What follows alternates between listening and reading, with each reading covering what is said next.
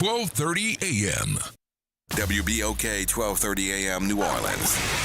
Home of the Good Morning Show, 7 to 9 a.m. weekdays. This news report is brought to you by New Schools for New Orleans. I'm Bree Wood with 4 things you should know with BIN News. A federal judge blocked the Trump administration's mass firings of probationary federal workers, ruling the firings were likely illegal. The Office of Personnel Management must rescind the memo, but dismissed workers won't be reinstated. Another hearing is set for March 13th. Kristen Crowley, recently fired as chief of the Los Angeles Fire Department by Mayor Karen Bass, is appealing her dismissal. The mayor cited poor performance related to January's fires.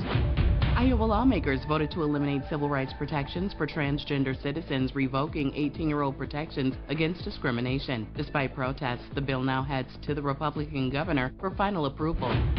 And home sales hit a record low in January, with pending sales down 4.6%. The National Association of Realtors cites cold weather, high prices, and mortgage rates as factors straining affordability.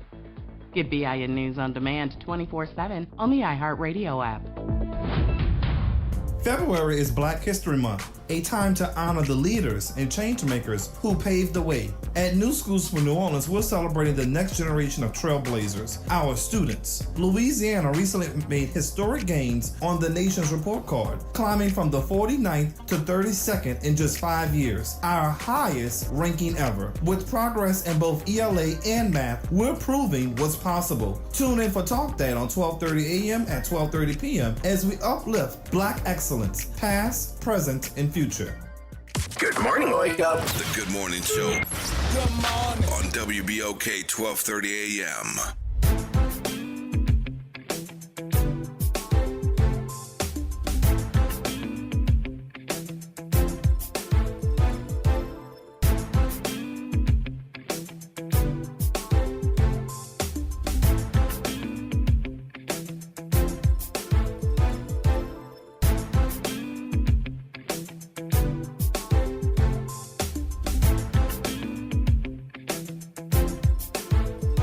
Wake up, New Orleans. Happy Friday. Good morning and welcome to the Good Morning Show. I'm your host, Dr. Ashanta Wyatt, and my super producer, Nyron Sanders, is behind the glass pushing all the right buttons. So listen, it's Friday, and typically I'm excited about Friday. You know, it's the weekend.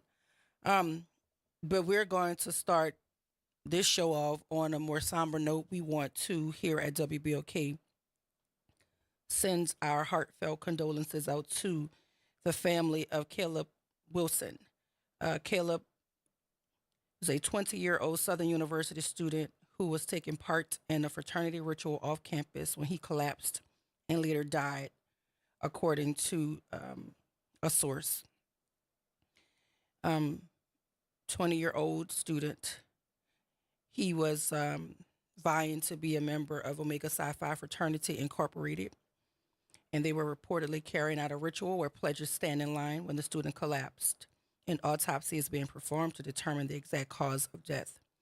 The student is a native of Kenner, but he attended all of his schools in New Orleans. He is an alum of Hines Husky. He's an alum of Warren Easton High School, and he was also a member of the Human Jukebox Southern University School Marching Band.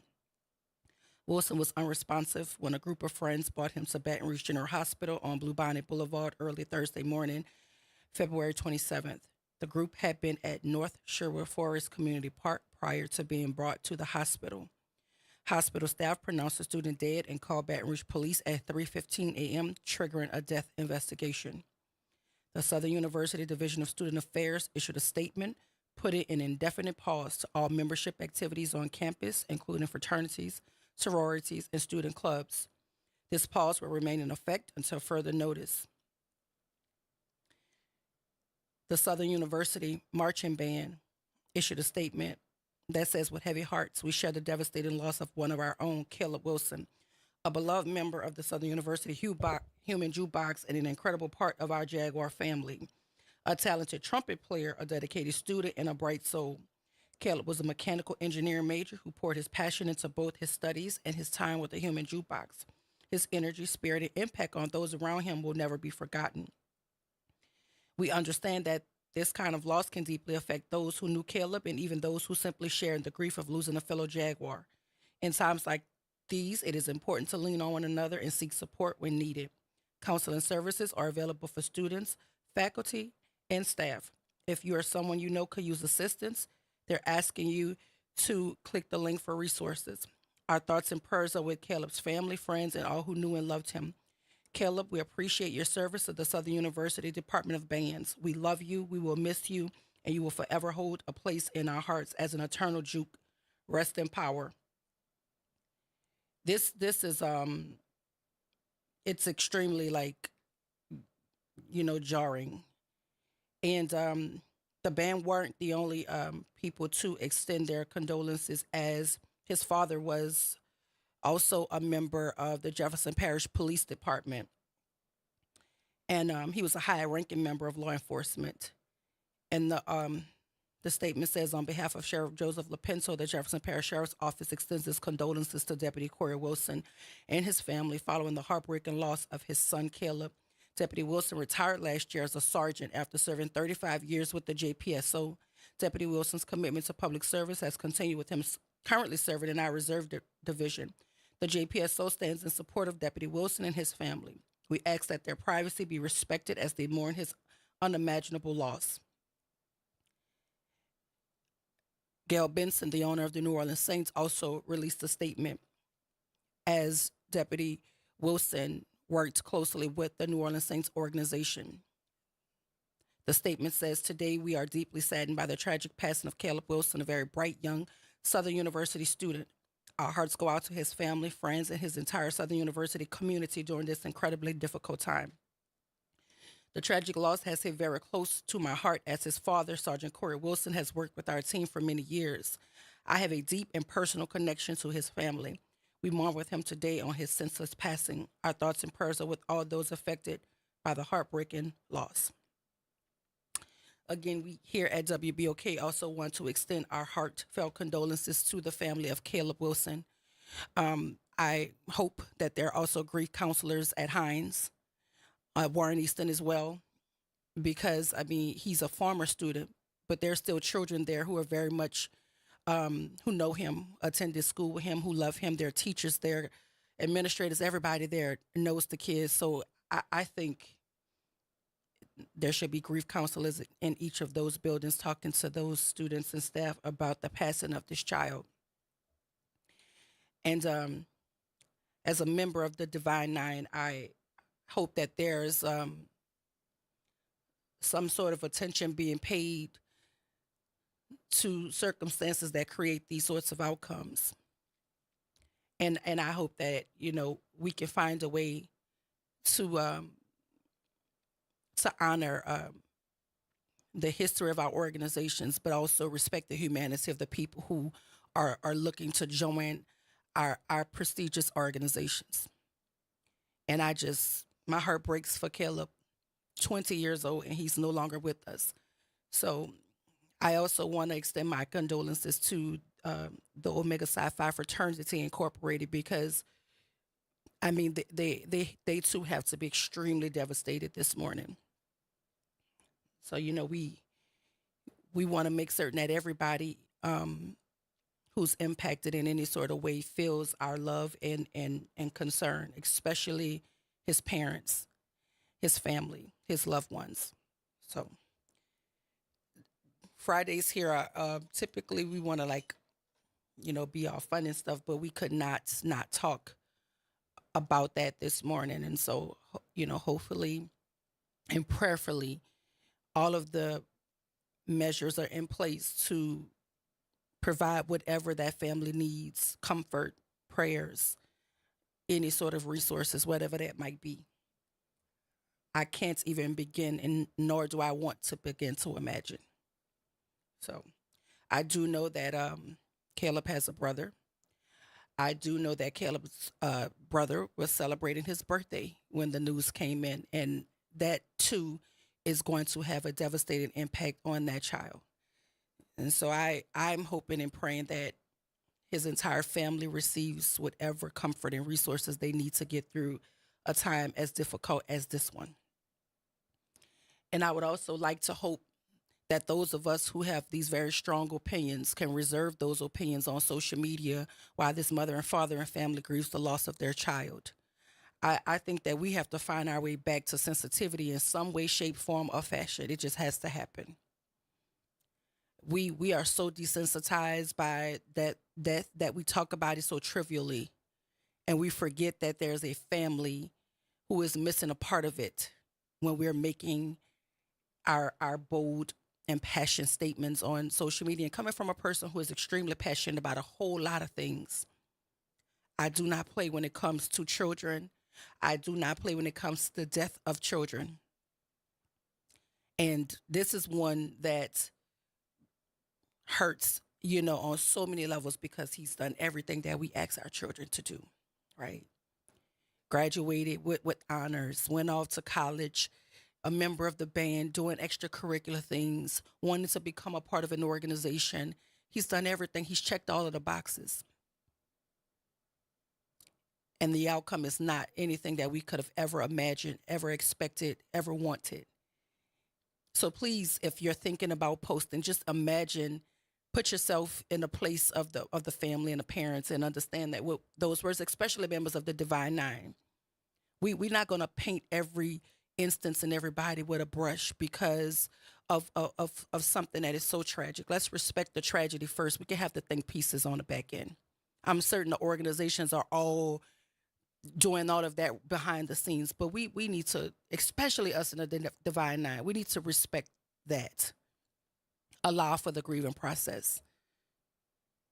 Police are handling the investigation, but a family is in mourning, and I'm hoping that humanity trumps everything in this moment. Yeah, there's that.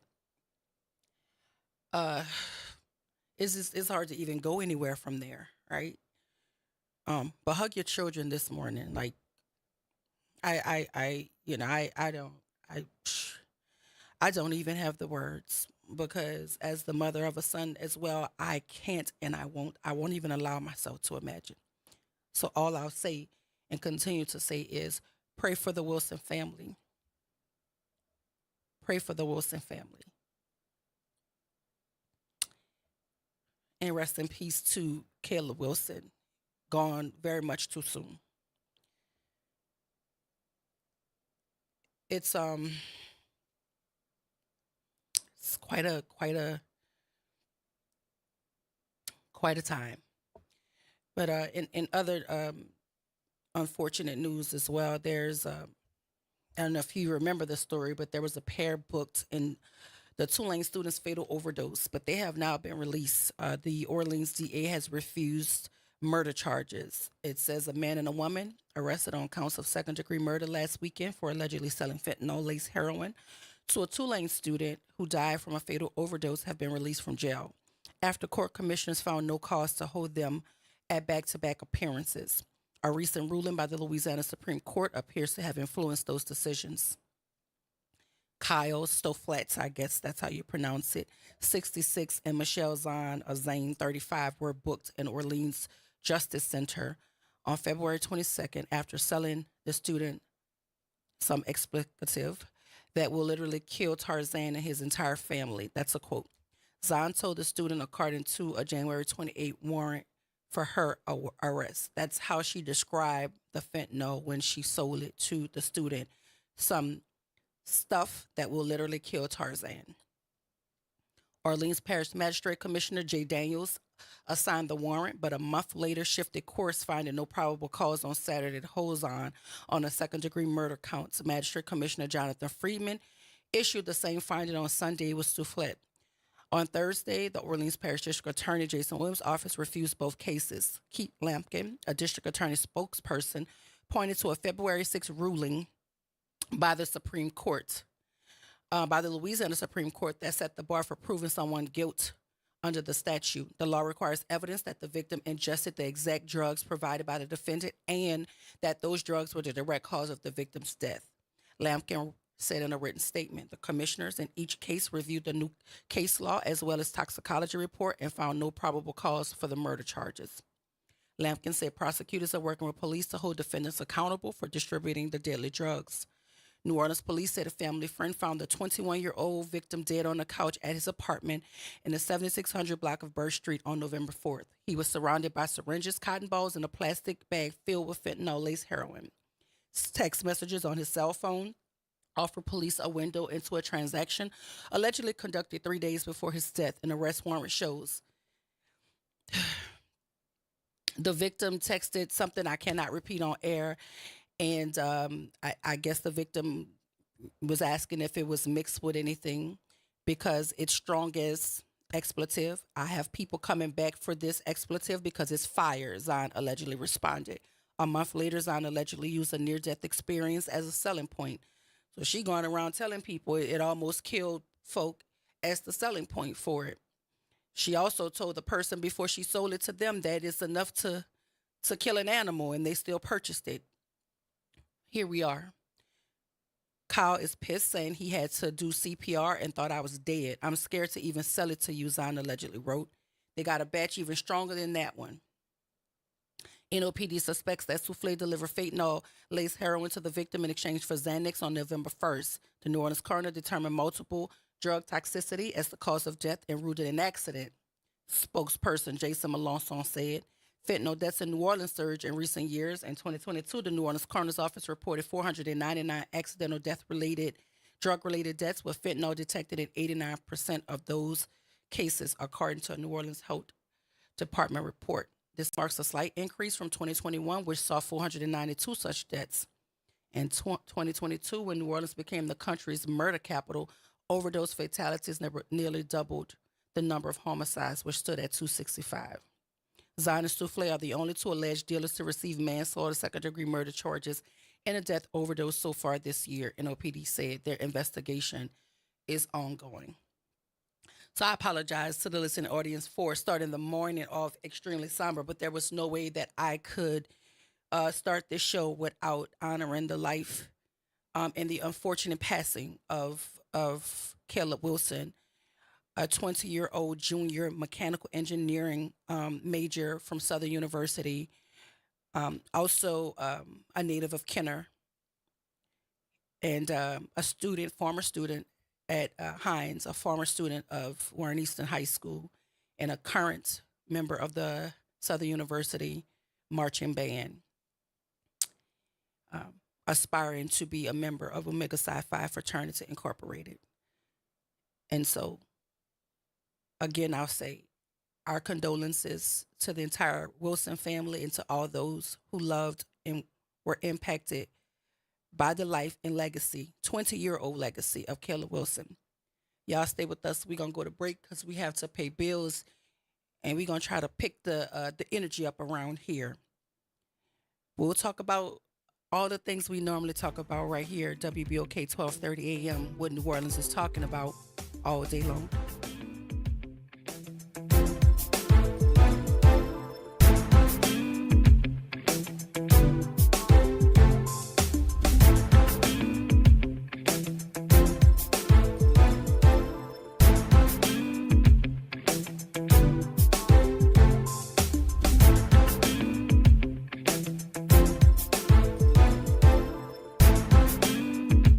NOLA Public Schools is excited for the rest of this 24-25 school year journey with our families, watching our students dive into learning, growth, and success. As the school year continues, our dedicated educators are focused on keeping every student engaged and motivated. Let's keep embracing new challenges, celebrating achievements, and supporting each other to make the rest of this year even more impactful. Stay connected with your school and NOLA PS through our social media channels for updates and resources. We're here to help our scholars attend today, achieve tomorrow. The New Orleans Jazz and Heritage Foundation is the nonprofit organization that owns the New Orleans Jazz and Heritage Festival presented by Shell. With the funds generated from Jazz Fest, the foundation invests in Louisiana communities through economic development, cultural enrichment, and free educational programs. To learn more about the New Orleans Jazz and Heritage Foundation, please visit us at www.jazzandheritage.org. Making a difference in the community. WBOK 1230 AM. Good morning, wake up. The Good Morning Show. Good morning. On WBOK 1230 AM.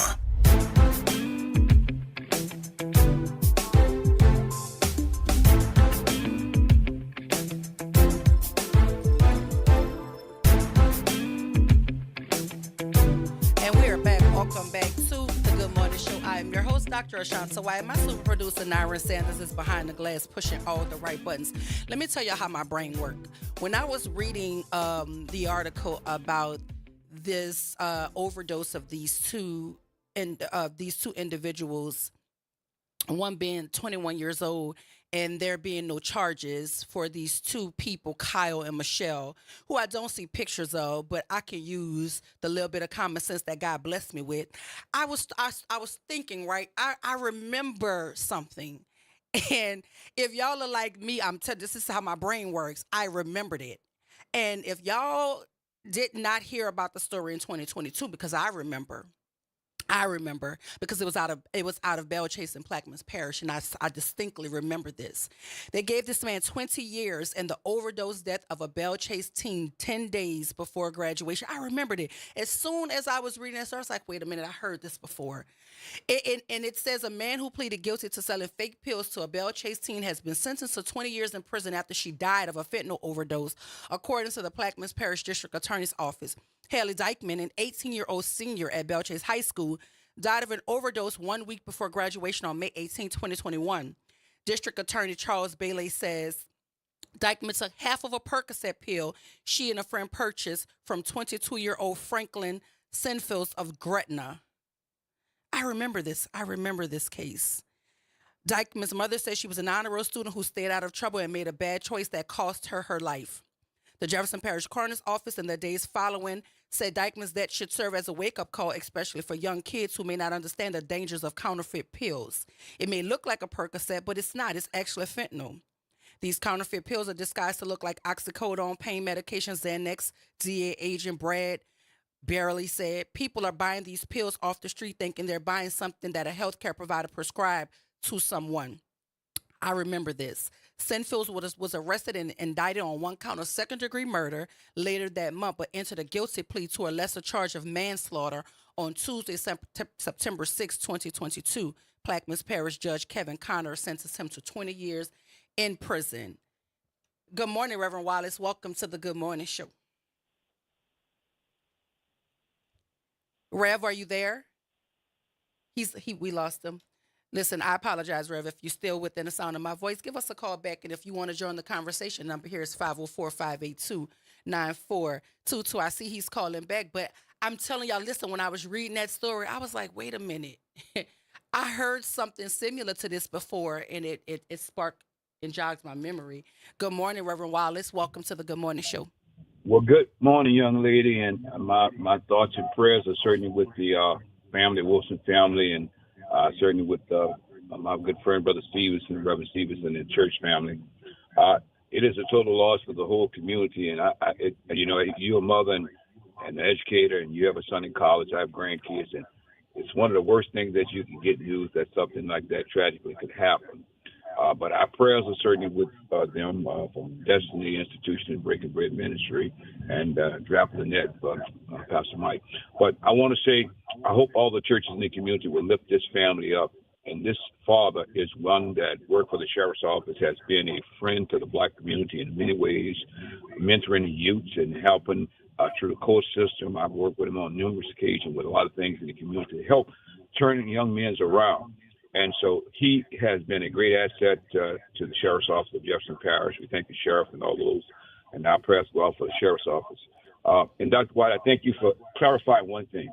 We don't need anybody to get on there and make comments in reference to what happened. We don't know. It's still an open investigation. Let's not speculate, bring any more emotional distress to the family about putting conjecture, innuendos out there in reference to what happened to him. And so I thank you for clarifying that. It's a great loss, a promising career for a young man, brilliant, educated young man. And it's sad to see this thing would happen. And I'm just shocked. I know the family. I'm just shocked. It's just something that just goes through you. You can't believe it. You know, it's like, how could this happen with such an intelligent young man? But that is life, and we just got to deal with these types of circumstances. But thank you, Dr. White. You're always pointing on the point, and I hope and everything work for you towards the school board. God bless you. God keep you is my prayer. Thank you so much, Rev. I appreciate you as well. Listen, I don't know if y'all could hear it in my voice, but it took a lot out of me to get through that story this morning because, I mean, as a parent, right? You can empathize there, like you can sympathize there, like it's just it pulls your heart completely out of your chest when you hear things like this. And again, like it he's done everything we've asked. He did what we hope and pray for our children to do. Be productive citizens, get the good grades, join the organizations, get extracurriculars, take up your time with all the positive things that you want to do for yourself. So again, I'm just hoping that we as a collective will find the humanity that is so often denied us by other folk. We find it for each other. So when things like this happen, we don't add unknowingly or unintentionally add stress to anyone dealing with this because it's a difficult situation already. And, just to add and pile on to it without giving consideration to his mom could be reading that, his father could be reading that, his brother could be reading that, and we just have to get better at that. We want accountability, of course, but that's why there's an investigation. We want answers, but that's why there's an investigation. But when things like this happen, our first instinct ought to be comfort. And if our words are going to do more damage than good, then we should hold on to them. In times like this, somebody is no longer here. A baby, he's a baby, 20 years old. He's no longer here. We just have to just be more mindful. And we're all human. I'm guilty of it myself. Emotions, passion, all of that stuff sometimes lead. But when it comes to these children, you got to figure it out. And you got to figure it out fast. Might be uncomfortable, but let's figure it out. And let's hope and pray that we can always center humanity for ourselves because it's often not centered by other people towards us. We got to be that for each other. Somebody's child is no longer here. And, these are the times where all of the attention, all of the condolences, all of that stuff, they're overwhelmed with it, right? But there's going to come a time when all of that is going to slowly stop. It's going to dry up. And then they're left in all that quietness and all that emptiness. And that's when it really gets hard. I deal with murder and death of children all the time. More often than I care to, but I do it. And so maybe that's why I've developed this understanding of something that's so hard to understand, but let's just try to be more humane to each other and for each other. There are entities at play. Police are doing what they need to do. Divine Nine organizations are doing what they're supposed to be doing. Let that stuff take care of itself. But the little that we can do is to refrain from adding more pain and suffering on top of pain and suffering by being reckless with our words on a social media platform that this family could possibly read. So let's just do that. Let's try that. Specifically the members of the Divine Nine organization, simply because it wasn't your organization doesn't make it okay to disparage another one without understanding what is happening here. Somebody's dead. They're no longer here with us. So please, if that's all you can do, think before you post. I mean, that's it, right? So thank you to Reverend Wallace for calling in with his condolences as well. And let's just get better for each other, and especially in these instances. It's so hard to switch the conversation, but we're gonna try because we have to.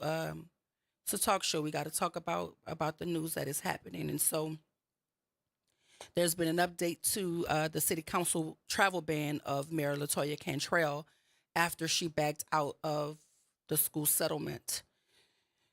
And it says, weeks after Mayor LaToya Cantrell backed out of a settlement that was poised to deliver millions of dollars to New Orleans schools, the city council responded by banning travel by the mayor and other city officials.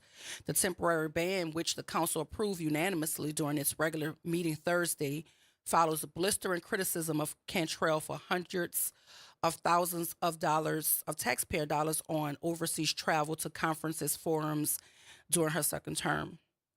Council members cast the restrictions as a response to the mayor's about-face on the $90 million settlement deal earlier this month. School officials had hoped to use 2 upfront payments to plug a significant budget hole caused by an internal accounting error. But the mayor's deputies now argue the city's finances are too dire to pay up. The travel ban is not a punishment, council members said, but an attempt to curtail frivolous spending in light of Cantrell's argument that belt tightening is in order. This is not punitive, says Council President J.P. Morrell, who sponsored the legislation containing the restrictions. This is a response to representation made by the head of the finance department that our budget is in crisis, that spending is out of control. Cantrell's press office did not immediately respond to a request for comment on the travel ban. Cantrell administration officials last fall endorsed a settlement deal that would have paid the Orleans Parish School Board $20 million by April and another $7 million a year for the next 10 years. The deal sought to settle a long-running legal battle over the city's practice of keeping 2% of the sales and property taxes the city collects on school boards' behalf. But early this month, Cantrell stunned school officials and council members by claiming she'd never personally agreed to the settlement terms and that as a result, the deal wasn't binding. The fight has spilled into court, where the school board and city council is asking a judge to hold the mayor to the terms of the deal, which was funded in the annual city budget Cantrell had already signed. Under pointed questions from council members, the mayor's top deputies argued recently that the city can't afford to pay up due to the sudden fiscal crisis, the product of lost traffic camera revenue, confusion over Donald Trump's proposed federal spending cuts, and a pair of multi-million-dollar judgments the city did not know about until now. Council officials have pressed for more explanation of the professed fiscal challenges, noting that much of the spending described in the administration's arguments has already been budgeted and or it's not finalized. Here is my that makes my head spin with this. If I loan you some money and you tell me, Doc, I'm going to pay you back when I get my taxes. And then you get your taxes, but when you get your taxes, water start leaking in your house. And you looking at me like, Doc, I told you I was going to pay you back when I got my taxes, but now I got a water leak. I'm going to let you know that that water leak is between you and whatever money you got to go find to get your water leak fixed. But my money was supposed to come out your taxes. And I want it because you're not accounting for what I have to do in my own home with my money that I loaned you that I now want back. And per the agreement we made, you were supposed to give it back when you got your taxes. It does not matter what else has happened in the interim. I want my money. So I'm just having a hard time understanding. And somebody, maybe you can help me, 504-582-9422. It's the 2% of the tax, the property tax that was owed to the school district. The city collects it and then it allocates it to the district to take care of its business with the schools. And you owed it to me. You've been not giving it to me. Now we've made this agreement to settle this enormous amount of money that you owe me. Somebody from your camp agreed to the settlement. You personally didn't agree to the settlement, but you signed the budget that included the settlement in it. But it wouldn't matter to me who agreed to it. It's the school's money and they deserve to have it. And so I really don't care about Donald Trump's initiatives. I don't care about no projects that came up that we didn't know about until right now. You got to handle the business that is owed to the children, and then you figure out how to handle the rest of the stuff. That's what city government is supposed to be doing. That's why they got all of these very important, very smart people in your camp. Figure it out, but give the kids their money because it's owed to them. Just like I want my money that I loaned to you when you told me you was going to give it back when your tax money came. Your tax money came. Now you're telling me about everything in your house that's going wrong. That ain't my problem, nor is it my business. I don't understand that part of it. It's not the city's money. It was money collected by the city to allocate to the school, and you never allocated it to the school, so it belongs to give it to them. That's the part that I'm having a whole hang up with, because the math ain't mathing, and it ain't making no sense to me. And for this big head and big brain, it gotta make sense. And when it don't make sense, it sends my brain into a frenzy. I don't care how it has to happen, but it has to happen. Because now we're in litigation. So look, I might not be the sharpest crayon in the box, but litigation sound expensive. That sound like more money. That sound like some lawyers about to make a nice payday litigating something that should have already been settled because it's not your money. So now we're going to pay money to chase money. So we're going to spend more money that we clearly don't have, because that's what you're saying. We don't have it. So where we going to find the money at to pay the lawyers? Oh, what, the lawyers going to work for free? I ain't never met a lawyer that did that. Maybe Ryan Thompson out there in Baton Rouge worked for less than what he's worth in his weights. Maybe him. But they ain't got too many lawyers up here offering themselves up pro bono for a city. They might do it for a person. They might do it for a cause, but a city who just hosted Taylor Swift, who just hosted the Super Bowl? I don't think so. So somewhere somebody getting a whole lot of money to litigate this, so we're going to pay money to chase money and end up having to pay the money anyway. Am I tripping? Come on now, y'all. Y'all help me out. Y'all call me. Talk to me. 504-582-9422. Things have to make sense in my brain, or my brain will it will misfire. We don't have no money. That's what it says. The city is struggling because of the lost traffic camera revenue, confusion about Donald Trump's proposed federal spending cuts, and a pair, I guess, which means two, of multi-million-dollar judgments the city did not know about until now. Well, we about to get another multi-million-dollar judgment when we lose this litigation.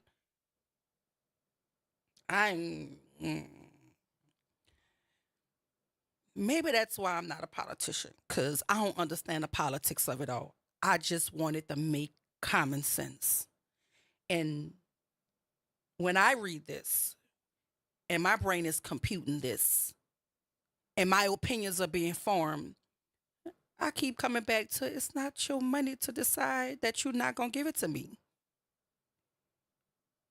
You borrowed it and told me you was going to give it back when you got your taxes. You got your taxes, and now I want my money. I don't care that your ceiling leaking and your toilet need to be repaired. You got to go figure that out with the money that belonged to you. But the money that belonged to me, you got to give it to me, because that was our agreement. I see some smart people calling the phone now. They got a whole bunch more expertise in this litigation field than I do, because I ain't nobody's lawyer. I'm just an educator. Talk to me, Mr. Ken Jones. Welcome to the Good Morning Show. Good morning, Doc. How you doing? Good morning. I don't think you're wrong about what you're saying in terms of the money being owed. If you collected the money is supposed to go to a specific sub-account. For that collection, there's usually a date that money needs to be remitted. Please wait to verify your number. In terms of that, what's supposed to happen is that you're supposed to pay that money and be done with it, right? Yeah. And they're not doing that. They're not doing that right this minute. Hold on a second. They're not doing that right this minute. So what's going on is that they got to figure out a way to pay them. It's not real rocket science. There's something that they got to do. I don't get it myself. I mean, the question is, how do you pay the money? If you messed up, say we messed up, we spent the money, we used the money, we did something we weren't supposed to do, and then remit that money. Because if you don't remit that money, what happens to you is that you get dragged into court and you get terms you don't want. Now, the the legal part in terms of the CAO not having authority to do it, the mayor is the only person with authority. It is indeed in the budget, so the money can indeed be allocated. All right, so it has to happen that way. So if you got it, you got it. You don't, you don't. You know, and talk up and say what you got to say about the thing. I don't understand why it's not happening. Like you say, my problems ain't your problem. You asked for money, I gave you money. The city is an agent who collects on behalf of the school board. You know, because we are both a city and a parish, all incorporated. So, you know, to say that happens, you know, and we have. Back to the mistake that they were making, we have every year they know roughly what that remittance is supposed to be because you have an actual number from the prior, you have a projected number in your budget, and then you have an actual number of what's collected.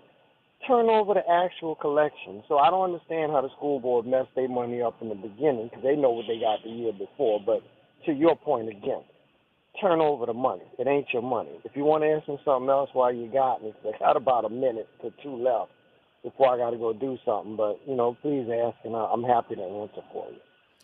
Yeah, well, you need to come be a guest because we could co-host together something because there's a whole bunch of questions that folk are always asking that that's not my lane.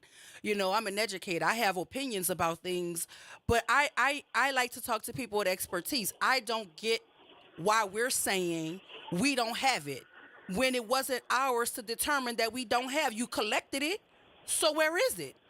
I want it, and that's the only problem I'm having. Just give them, and then this idea that we're about to spend money to go chase money is also baffling to me because I'm certain people are charging a pretty penny per hour to represent the city in this lawsuit that's getting ready to happen. Well, I fears ain't cheap, and it's already happening. It's not about to happen. It's happening. The question you have is, it wasn't whether or not the money was owed. How would you pay it? I would have never agreed to $20 million up front and having not talked to Romy Schofield, who's the chief financial officer, having not gotten the mayor's approval. You know, you just out there. That's hard to believe that you're doing that. And if that's so, that speaks that you are rankly incompetent. You do not belong in that seat running anybody's city. So let me ask you something, Ken. I know better. Do you actually believe that he brokered this deal in a silo? You know, with this administration, it's hard to say. You know, if you told me if he brokered that deal in a silo, Ken, I could assure you, if I was in a position to remove him from his job, he would be fired because there's nobody that's going to put me in a $20 million legally binding contract and a $7 million a year for the next 10 years without my knowledge. I would have fired him. I don't understand how we got here, and we're supposed to believe that this happened solo. Like nobody in litigation in the legal department knew. The mayor didn't know. The chief financial officer didn't know. Nobody knew. He just did this singularly. No. Well, I don't think you can do that. But I'm having a hard time. I'm having a hard time, especially if I'm being made to be the pariah in the situation, because nobody's talking about him in the way they're talking about the mayor. They're saying the mayor reneged on this deal. The mayor is going back on the agreement. The mayor is keeping the money from the children. That's what the conversations are.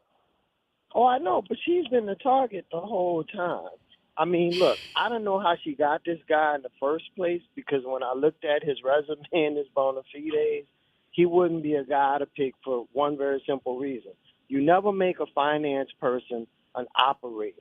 You just like being a legislator and a city councilman, unless you have deep, deep experience, i.e., say, an Oliver or someone like that, they never make good mayors because they've never operated anything. They don't even know what departments or where to go.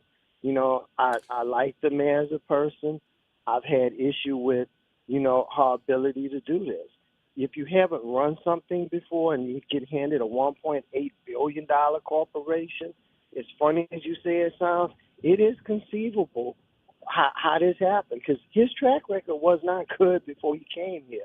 But he is not the target because everybody presumes that she knew. I would think she knew. I would think she should have known. But at the same time, I can't tell you, like I said before, it's not because I'm naive. I just see the way these people run things, and I ain't sure. Well, listen, I hope you make some time to come and sit in the chair so Anytime. we could dissect this even more. But, I appreciate you, Ken, but I got to go to break. But let's make some time for you to come into the studio. I appreciate you. Have a good one. Anytime, you too. Listen, James, don't go anywhere. I got to go to break, but I definitely want Naira. And let's try to get Ken in the studio so we can have a more in-depth conversation. And also, too, if you're within the sound of my voice and you work for the mayor, if you're the mayor herself, please understand that we offer and extend an opportunity to engage in conversations with you as well. We want to hear your perspective here. We want to get your side of things. So if you're up to have that conversation, a seat at WBOK inside of the studio for the Good Morning Show is always open to you. But we're going to go to break and we're going to continue to talk about it right here. WBOK 1230 a.m. what New Orleans is talking about all day long.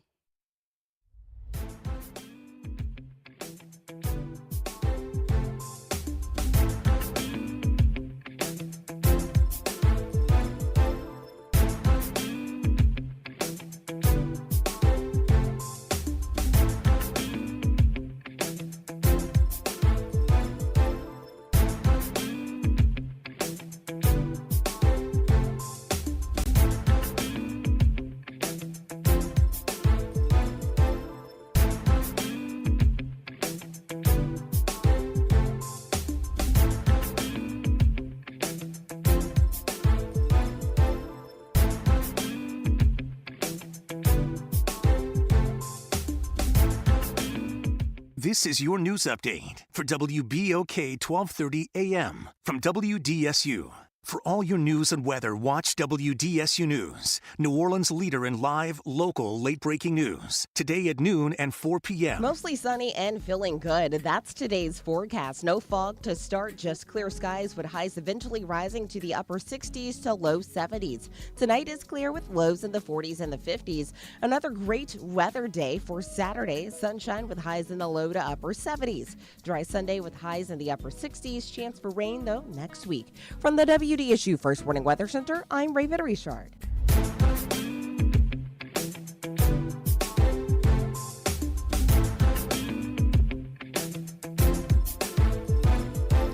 All right, it's me, Dr. J, and I'm here with... Tune in to The Monitor's Mic, where we talk about oversight, policing, and you.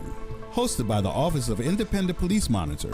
We're here to shine a light on policing issues that matter, from real-time policing updates to in-depth interviews. Every Friday at noon on WBOK. Welcome to Liberty Bank and Trust, where your financial journey transforms communities. Since 1972, our customized banking solutions power your dreams and fuel your community growth. Every dollar you invest with us circles back to empower more people, ensuring opportunities for generations. Join us at Liberty Bank. Together, we empower possibility. Visit libertybank.net to start banking with purpose. Liberty Bank, there's freedom here. Mask Up New Orleans. Wear your mask. A reminder from WBOK 1230 AM. Good morning, Wake Up. The Good Morning Show. Good morning. On WBOK 1230 AM.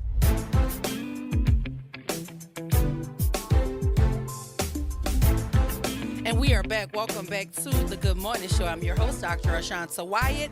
My super producer, Naren Sanders, is behind the glass, making sure it all go right for me. Listen, if you're just joining us, we are in conversation about this travel ban that the city council has imposed on the mayor and other officials in response to the mayor's office saying that we're in like some sort of fiscal crisis, which is why the city can't hand over the settlement that it agreed to at some point with someone to the school district. And we had Ken Jones on. He called in, always giving valuable information. But I actually want him to come in and be a guest, maybe co-host, so we can really, really get down to the nuts and bolts of this, because I try to respect my lane. I'm an educator. I don't do litigation. I'm not a lawyer, so I just want somebody with some expertise. And James is on the line, so let's see what he has to add to the conversation. Good morning, James. Welcome to the Good Morning Show. How you doing today? I'm good. With Thank you for holding. I'd love to hear from your boy, Mr. Jones more. He brought some insight that I didn't even consider. Like, this city, it does everything so bass-ackwards that it's par for the course. It's par for the course. This lady been riddled with ridicule since she got in the chair. I know she had a couple of extenuating circumstances that made things difficult for her early on, but some of this stuff she brought on herself. I mean, when you picking your people, it's like she pulled a Trump. She picked a whole bunch of dummies or people that's qualified in other areas and put them in the wrong spot. I don't know what this is about. That's what it sounded like he was saying to me. Did I miss something? No, I'm right here with you. You didn't miss anything. In fact, I had that opinion before. I always think about, as a minority, like a black woman leader, right? You always want to make certain you give them no reason to take aim at you. And one of the things you want to do is to surround yourself with people who know as much as you or more than you. But by no means do you plug people in positions that are a liability for you. And I was always thinking that about her, because I respect the office of the mayor. I respect the job, how hard it is. It's extremely hard. Right. But don't load up the gun for them. You know what I mean? Don't put the ammunition. Don't load the chamber for them. That's all I'm saying. And for that's all I'm saying. The last term up to now, that's all I've been saying. I don't hold COVID against her. I don't hold the cyber attack against her. I don't hold the collapse against her. You know, that's just the collapse happened as a glaring defect as to how we do business in this damn city. Yes. And money get away because when you get hold of that wallet, it's like you got so much. I'm doing a job right now. A guy throwing money at me. Look, what you need? We need to do this. All right, let's do it. See, by day 4, because he's creating more of a problem, that boy like, I need to, hey, can I bring something back? So you don't have an unlimited budget. Nobody does. Nobody has. Let me ask you this, James, and I probably should have asked Ken this as well. Let me ask you this, and Ken, if you're still listening, I want you to put this in your brain as well for me when we have our more in-depth conversation. Do you think a lot of the way the mayor is responding is in response to her feeling like she's being bullied by the council? It's like you want to try to bully me into something. Do you think that's part of why she's responding so defensively? I believe she in her feelings behind a whole bunch of stuff, Dr. Wise. I think that she in her feelings. And right now, the business of this city feelings can't be involved. There are no feelings in business.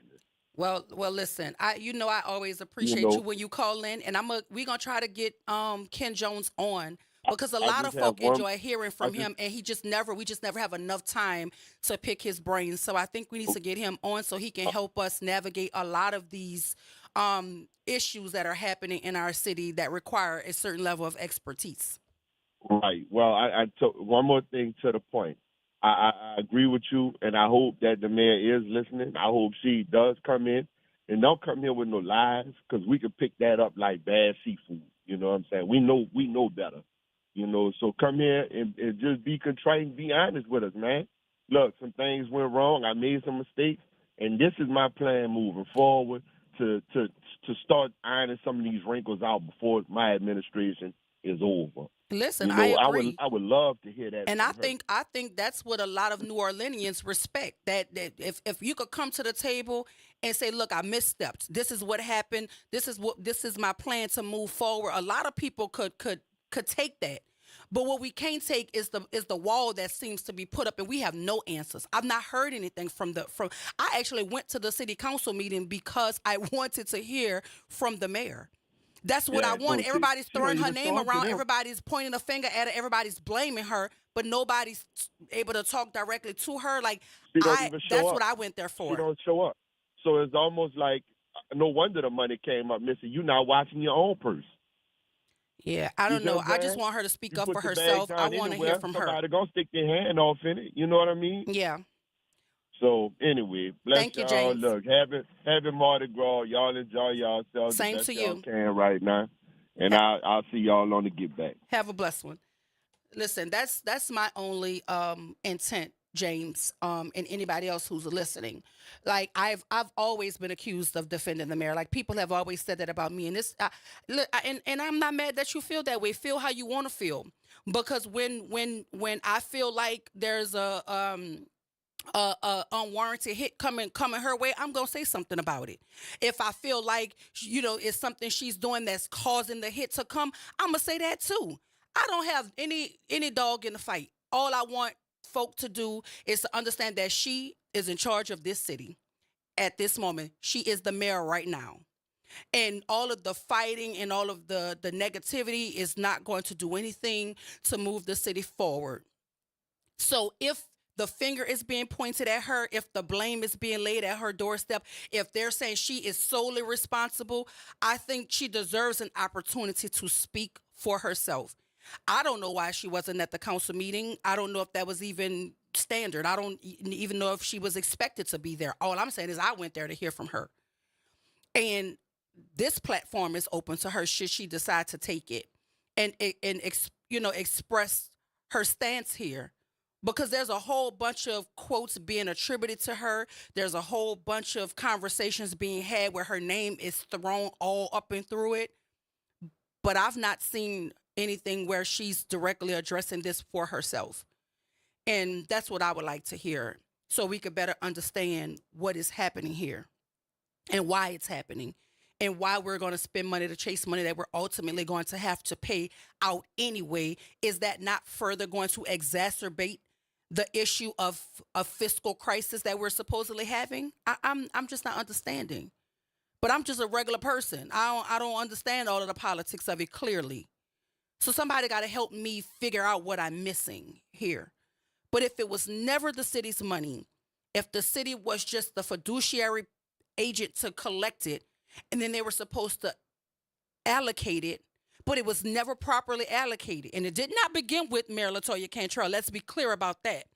If it was not properly allocated, and now, for whatever reason, the school board is now saying we need this money, why are we now saying that we don't have it or we're not in a position to relinquish it if a deal was brokered and a budget was crafted to include that funding?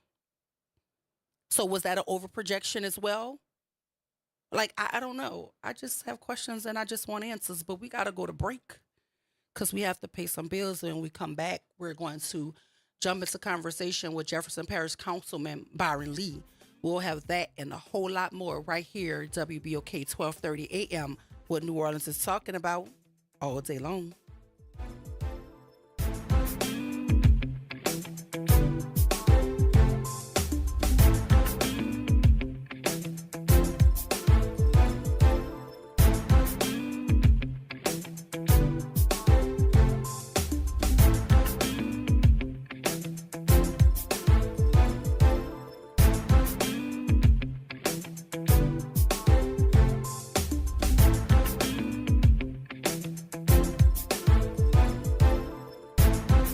WBOK 1230 AM New Orleans.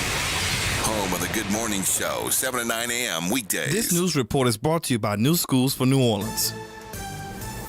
I'm Bree Wood with 4 Things You Should Know with BIN News. A federal judge blocked the Trump administration's mass firings of probationary federal workers, ruling the firings were likely illegal. The Office of Personnel Management must rescind the memo, but dismissed workers won't be reinstated. Another hearing is set for March 13th. Kristen Crowley, recently fired as chief of the Los Angeles Fire Department by Mayor Karen Bass, is appealing her dismissal. The mayor cited poor performance related to January's fires. Iowa lawmakers voted to eliminate civil rights protections for transgender citizens, revoking 18-year-old protections against discrimination. Despite protests, the bill now heads to the Republican governor for final approval. And home sales hit a record low in January, with pending sales down 4.6%. The National Association of Realtors cites cold weather, high prices, and mortgage rates as factors straining affordability. Get BIN News on demand 24/7 on the iHeartRadio app. February is Black History Month, a time to honor the leaders and change makers who paved the way. At New Schools for New Orleans, we're celebrating the next generation of trailblazers, our students. Louisiana recently made historic gains on the nation's report card, climbing from the 49th to 32nd in just 5 years, our highest ranking ever. With progress in both ELA and math, we're proving what's possible. Tune in for Talk That on 12:30 a.m. and 12:30 p.m. as we uplift Black excellence, past, present, and future. Good morning, Wake Up. The Good Morning Show. Good morning. On WBOK 1230 AM.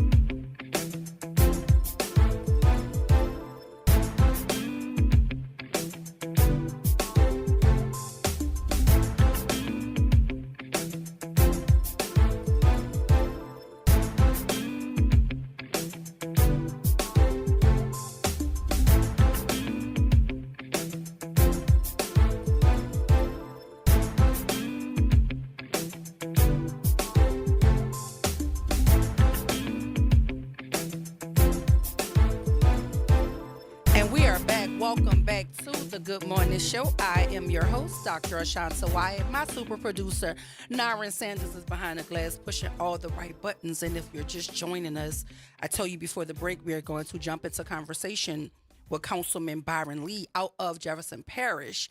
And if you want to join the conversation, if you have a question for the councilman, the number here is 504-582-9422. Good morning, Councilman Lee. Welcome to the Good Morning Show. Good morning, Ashanta. How you doing? And everybody else. Great. How y'all doing? No, I'm good. I thought I was going to see you this morning, but you were on the phone. Yes. I guess our wires got kind of crossed up. Nah, it's all good. Listen, I'm gonna give you the floor, but I want to thank you because I hear a lot of great things about the Mardi Gras experience happening on the West Bank, and I know you're very instrumental in making certain all of these wonderful festivities and activities go on for those of us who live on the West Bank of the Mississippi River. So shout out to you for that. Thank you so much. I tell you, it is. We brought Mardi Gras back to the West Bank, but we brought it more so to what I call downtown Marrero, and which is Ames Boulevard and West Bank Expressway in Lapalco, and it's been a success. It is been one of the best things that we could have done because it spurs economic development in that area, and it makes people so happy. And so this is our third year. I fund the parade organizations to ensure that they have funding to bring in the bands and as well as pay for other things they may need. And so it's a labor of love. No, it is. I mean, and there are some other wonderful activities that you put on too. I know there's always something going on down there at what is that big park down there? Because it's like a fest that you put on as well down there for the West Bank. Because you know, folk act like, and I'm not gonna lie to you, I'm from Algiers, and I be feeling like parts of the West Bank is too far. Like, I'm just gonna keep it real with you. Like I grew up in Algiers.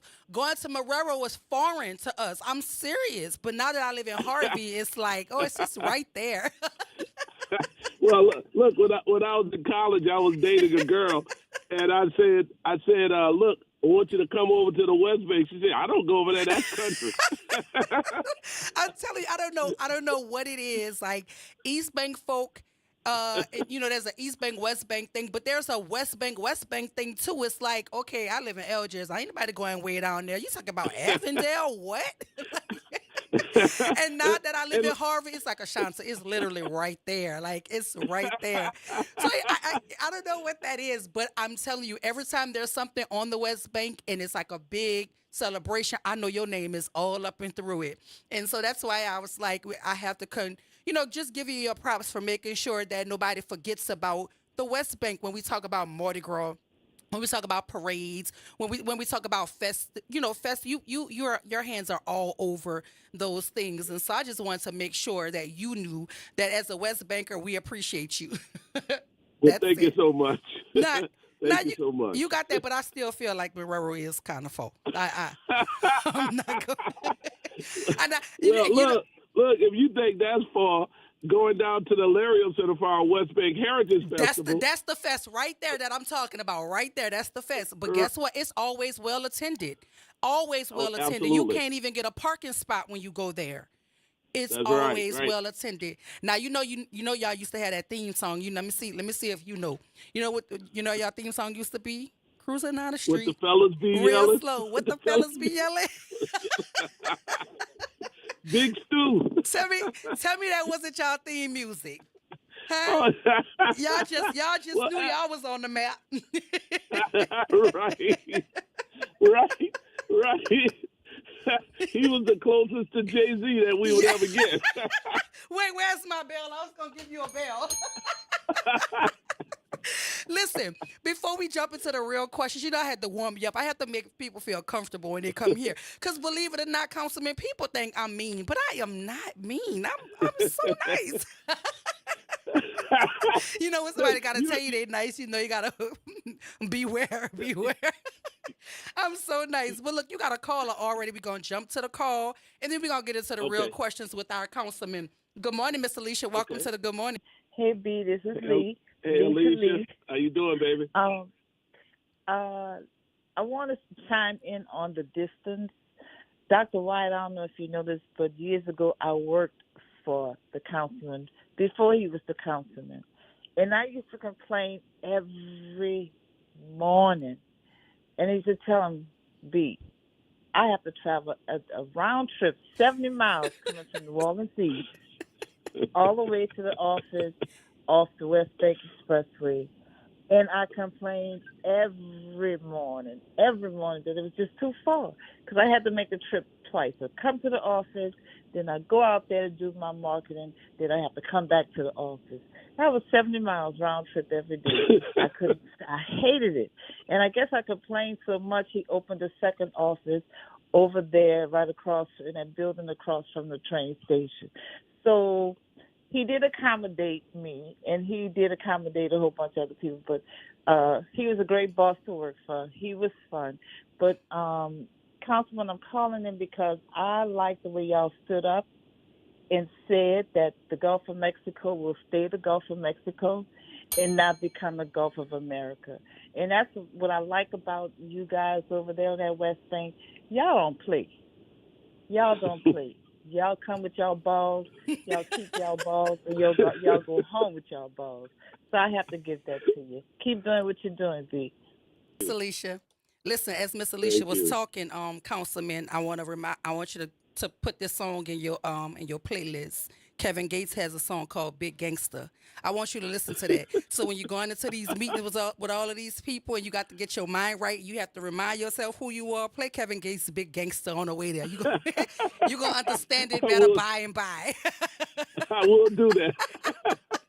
So look, listen, you've been involved with the West Jefferson Medical Center, the LCMC Advisory Board, and the New Orleans Regional Black Chamber of Commerce, right? And I know that's highly impactful, but what initiatives or changes have you advocated for to improve those institutions to support your community specifically?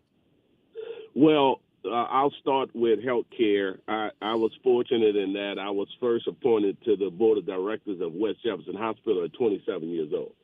And and I learned the healthcare industry from a macro view. So it gave me the opportunity to understand healthcare from every level and every angle. And so while learning that, my career in business has been tied to healthcare probably for 30 years. And so what I was committed to and what they were committed to was ensuring that we had healthcare access for all.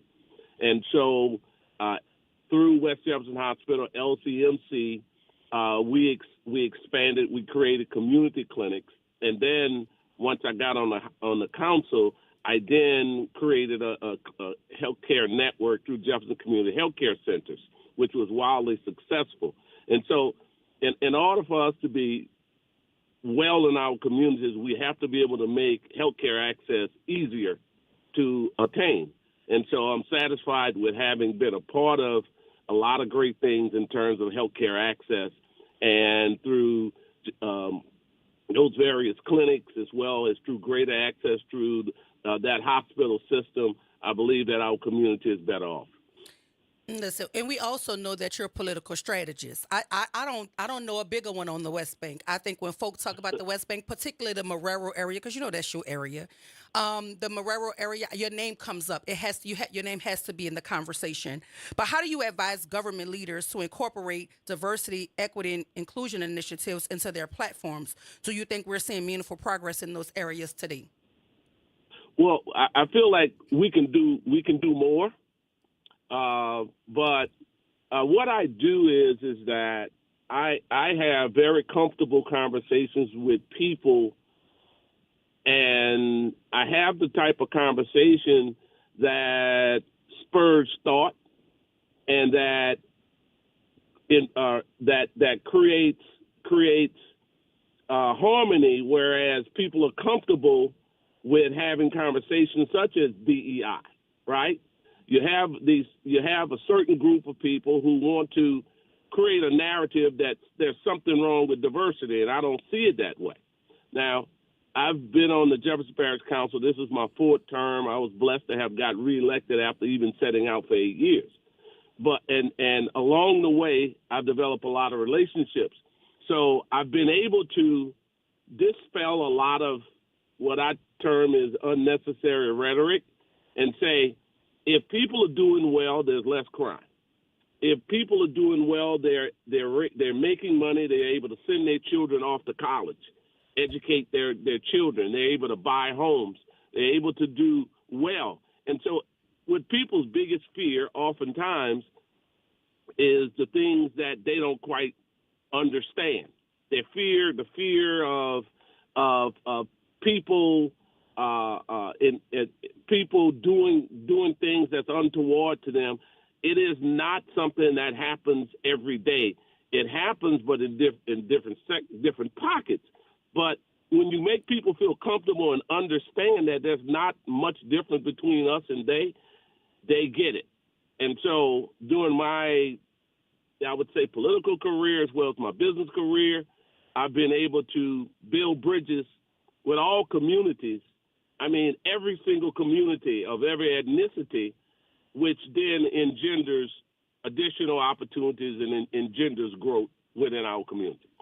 Look, I don't know if you know, but the phone lines are lit, and people want to jump into conversation with you. So we'll go to the phone lines. Good morning, John. Welcome to the Good Morning Show. You're on with Councilman Byron Lee. John? I don't know if we lost John. John, if you can hear my voice, give us a call back. Reggie, good morning. Welcome to the Good Morning Show. You're on with Councilman Byron Lee. Good morning, Doctor. How you doing this morning? Good morning. Good. Every so often, the squirrel do get a nut. Mr. Lee, you know who I am. You never know what you're going to hear on these airwaves. What? He could have simply said a broken clock is right twice a day. What is he talking about? This is a 10-year joke. You know?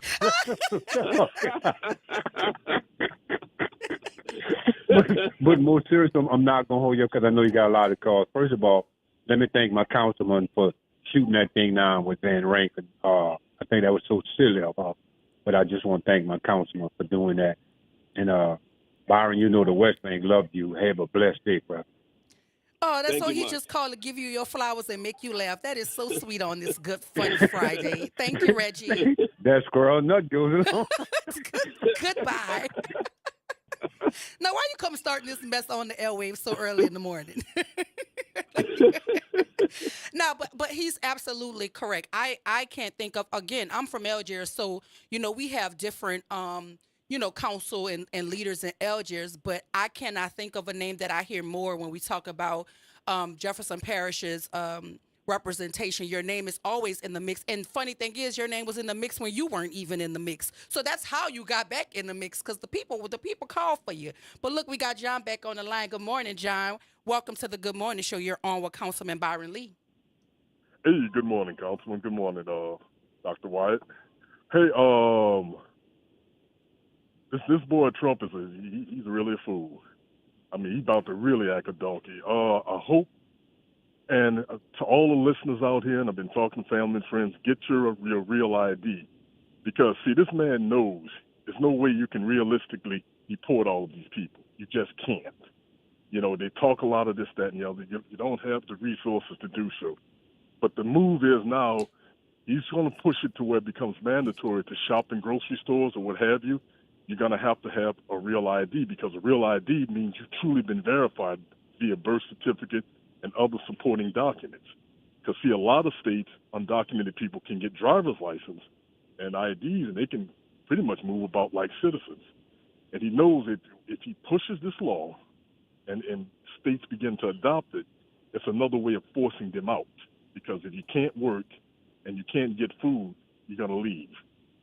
So, but in the interim, a lot of our people are going to get caught up in it. But we do have one up. We are citizens.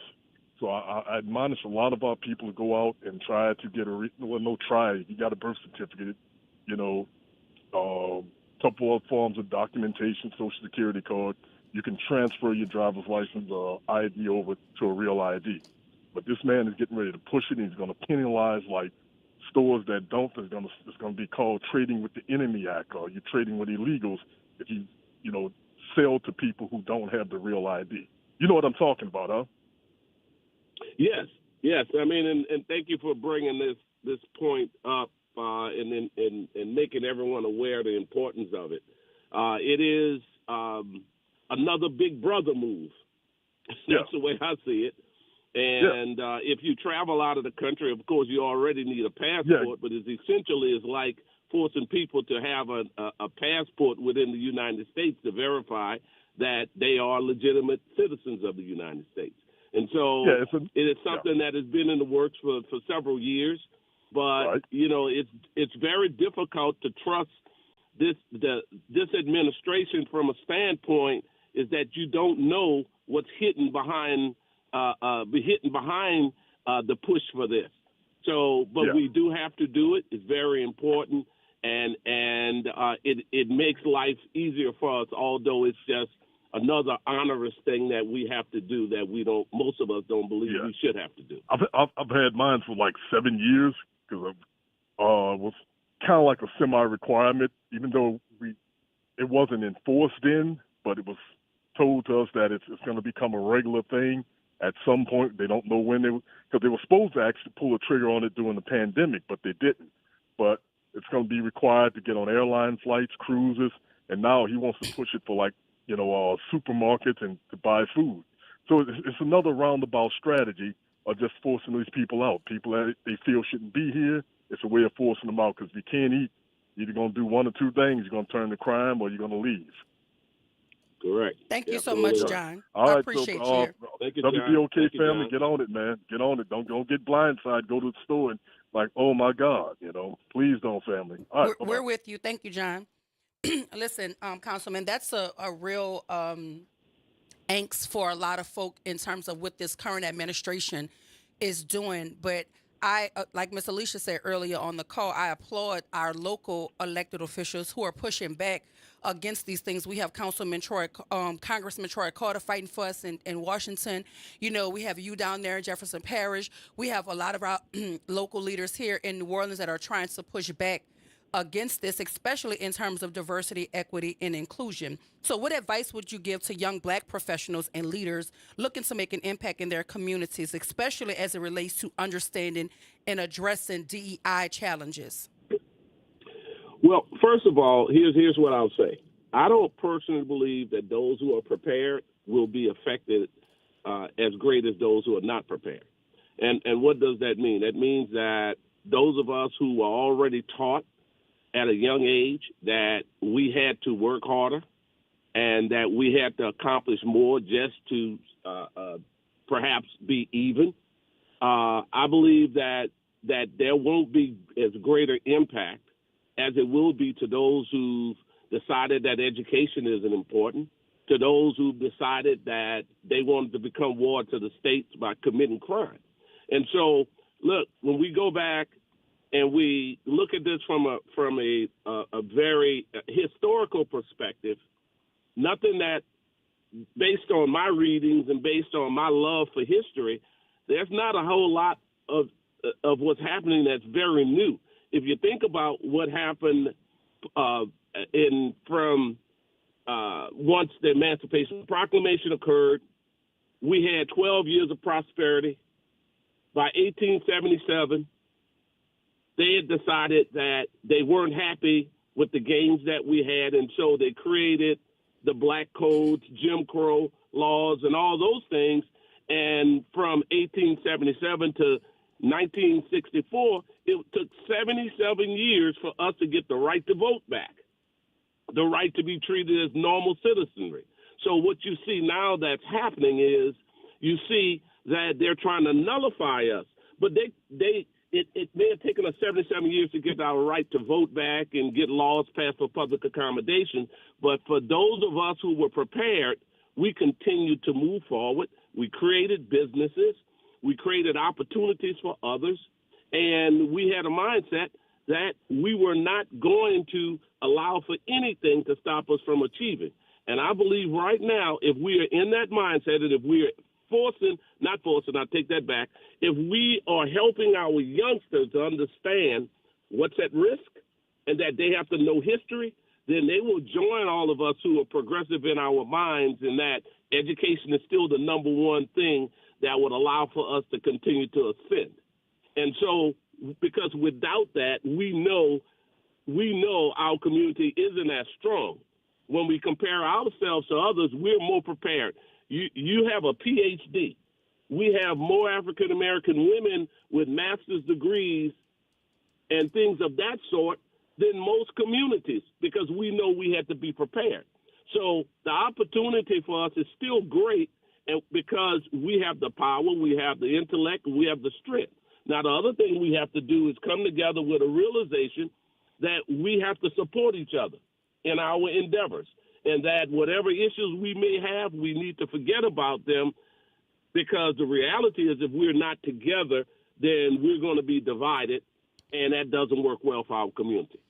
It actually doesn't. And as we celebrate and continue to celebrate Black history, because we know that if you're Black, you celebrate Black History 365, what does it mean to you personally to be a Black leader in both your community and in your field of work? Well, listen, it is, I love it. I love it because we have to have leaders who are willing to stand up and speak the truth. And I enjoy that. I go to sleep at night a happy person because I don't lie to anybody. And so I try to keep my life simple by being honest, being truthful, and doing everything I can at the same time to be able to help people who have certain needs. And so I realized that I have a charge, and I've always known I had a charge, and that charge was in this position. As well as being an entrepreneur, I had a responsibility, and I enjoyed the responsibility while wearing both of these hats. And so we have, as elected leaders, to me, a responsibility to our community. And I'm the only African American on the Jefferson Parish Council, but I walk with no fear. And it's just like what took place at our last council meeting. Jennifer Van Rankin was pushing something that I thought could send us down as a council a rabbit hole, because first it's naming this the Gulf of America. If the president wants to do that, the governor wants to do that, fine. But that's not a local issue. And so myself and my colleagues who joined me, we all said, no, this is not the direction that we want to go in. And so it's just a part of taking the right stance and believing in what you believe in, and putting the work there to make sure that the community is better off because we care about them and they see that. So what does that mean? I heard you say you were the only African American on the council. And, we know that Democrats don't control the House, they don't control the Senate, and they do not have control of the White House. So what does that mean when you don't have the numbers? How do you work on issues bipartisan? How do you cross the aisle to get people to come and to see it your way, being the only person speaking for a whole community of folk, and you may be the only person with that lived experience or that lens? How do you navigate that space? Well, my district is a very diverse district. I represent both the East Bank and West Bank. And I have large communities, large Caucasian communities. I have large Black communities, Asian communities, and Middle Eastern communities in my district. And so I'm a melting pot, essentially, in Jefferson Parish. This is what makes Jefferson Parish work for us. We don't deal with partisan politics on the council. Our sole objective is just to look at the issues and figure out how to get them done whereas it benefits everybody. And we've been blessed to not have partisan politics. And that's why I took the hard position I took, because I did not want to see partisan politics come to Jefferson Parish. There's one independent, Joe Marino, the other 5 are Republicans. But we're not thinking about party. We're thinking about what's in the best interest of the people that we represent. And that's the way we function. And that's the way I always want us to function, because we've never taken partisan positions. We vote and support each other based on what we want to do in our districts. I get no pushback. I give them no pushback for what they want to do in their districts. It makes it work for me. It makes it work for them. Well, listen, I want to be again, want to thank you for your service, not only to Jefferson Parish, but to the state as well. And thank you for all you do to make certain that the West Bank is not left out in big events such as Mardi Gras, big events like Fest. I tell you all the time, like, I know I tell you when I see you, but I don't see you as often. But I say this about you all the time, whether I'm in front of your face or not. Like, I appreciate what you've been for us in Jefferson Parish, and making certain that we are not forgotten over there on the West Bank, even though I still feel like Marrero is quite a distance from civility. I'm going to keep saying that. But I gave y'all a little, I cut you a little slack once I moved to Harvard, because I was like, oh, Ashanti, it's not that far. It's right there. But when you in Algiers, right there, across that bridge, Marrero will feel like a distance.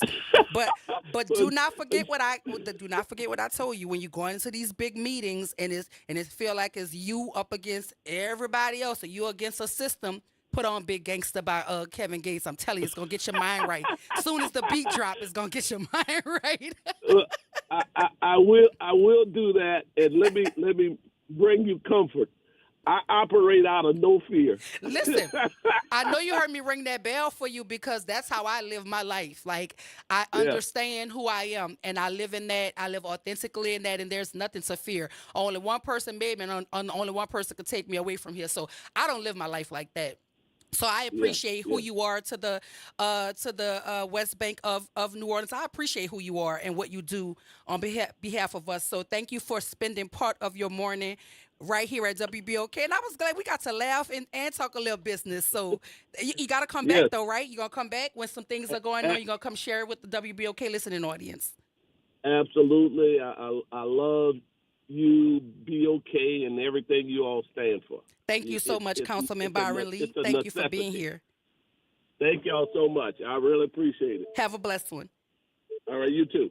Listen, it was fun talking to the councilman. We got to chop it up about some real issues revolving around diversity, equity, and inclusion. We got to talk about, his role as a lobbyist and as a political strategist. And so I would love to be in deeper conversations with him. So you're always welcome here at WBOK should you want to use this platform to enlighten us on what's going on over there on that West Bank in Jefferson Parish. But stay with us. We're going to continue to talk all things state of this city, this state, and this country. And I'm also going to tell you about them girls out of Edna Call. Stay with us right here at WBOK 1230 a.m. what New Orleans is talking about all day long.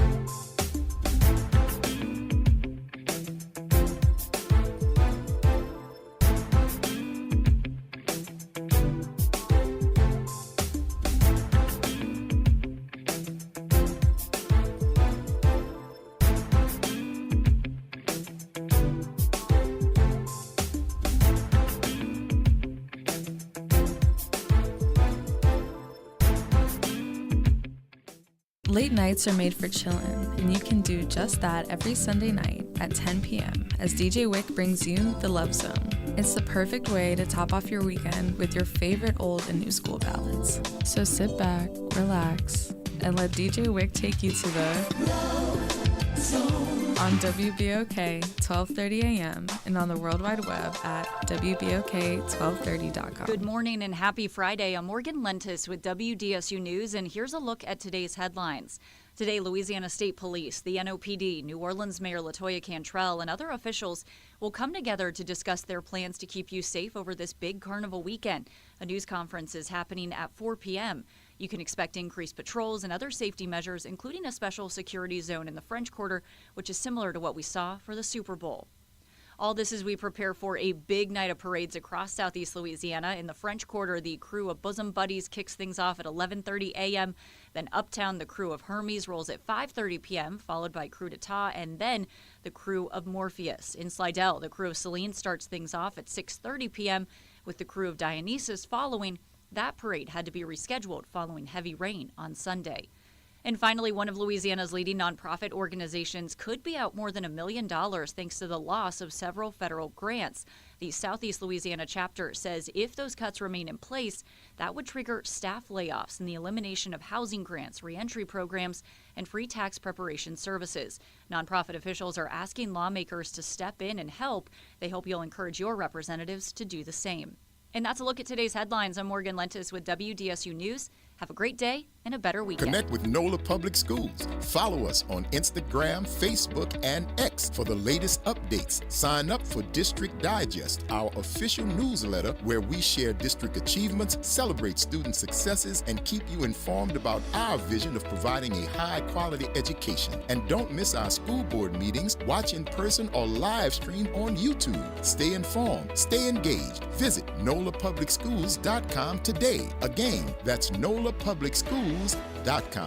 Hello, I'm Sharon Levine, founder and director of Rise St. James. I want to invite you to our 6th annual Black History Ceremony on Saturday, February 22nd at Rosie's Catering in St. James, Louisiana. Saturday, February 22nd, a day of unity and legacy with the theme of Mzizi Yakina, celebrating deep roots and enduring brilliance. Keynote speaker Heather McTier-Tony, singing, education, and delicious soul food. Visit risestjames.org for details. We hope you can join us at Rosie's Catering in St. James, Louisiana. Do you know what United Way can do for you and your community? Find out by listening to United Way and You every Thursday at noon on WBOK 1230. United Way continues to fight for the most vulnerable members of the community. Find out how this Thursday and every Thursday at noon. Hello, I'm Gary Clark. Please tune in to Dr. Clark 101, The Living Classroom, which is broadcasted weekly every Wednesday at 12:30 p.m. on WBOK 1230 a.m. on your dial. And as always, it's been a pleasure. Making a difference in the community. WBOK 1230 a.m. Good morning, Wake Up. The Good Morning Show. Good morning. On WBOK 1230 a.m.